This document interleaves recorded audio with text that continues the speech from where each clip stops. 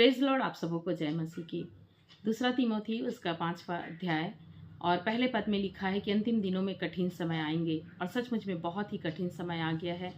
कोई भी सोच नहीं सकता, समझ नहीं सकता, ऐसी ऐसी बातें हो रही है, किसी के चित्त में नहीं है, किसी ने कल्पना नहीं किया है, ऐसे ऐसे दुखद घटनाएं घट रही हैं। और क्या इन दिनों में संस्कार में कमी रह गया है? क्या माता पिता अपने बच्चों को अच्छा संस्कार नहीं दे पा रहे हैं? और मेरे ख्याल से ऐसी बातें नहीं है। हम इस बात को देखते हैं कि जो पहले का समय था और अभी का समय है, इसमें बहुत ही अंतर हो चुका है।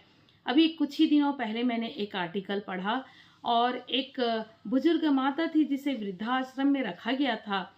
जब उसकी डेथ हो गई और जब बच्चों को फोन किया गया कि उसके माँ के पार्थिव शरीर को घर में ले जा सकते हैं, तो उन्होंने लाने से इनकार कर दिया और उन्होंने बताया कि उनके घर में विवाह हो रहा है। और ये बड़ा ही दुखद घटना है कि अपने माँ के शरीर को भी, पार्थिव शरीर को भी वो घर में नहीं लाए, जबकि माँ का स्थान इतना ऊंचा स्थान रखता है। अब माँ के अस्तित्व को कोई भी नहीं समझ सकता है।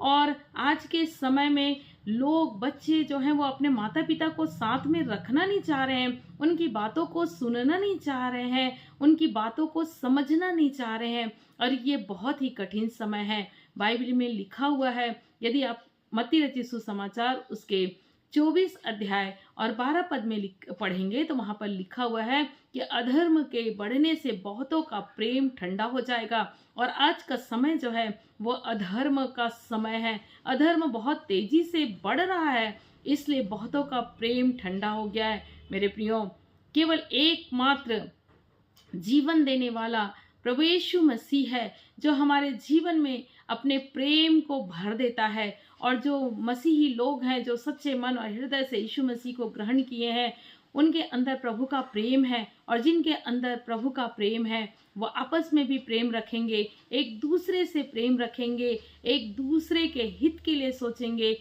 और किसी भी रीति से जब ऐसे कठिन परिस्थितियों से होकर के गुजरेंगे, तो अपने रिश्तों का इनकार नहीं करेंगे, लेकिन रिश्तों में बने रहेंगे। इसलिए परमेश्वर सहायता करे कि हम इन कठिन परिस्थितियों के समय में अपने विश्वास को बना करके रखें और परमेश्वर के प्रेम में आगे बढ़ सकें। परमेश्वर आप सबों को बहुतायत से आशीष दे।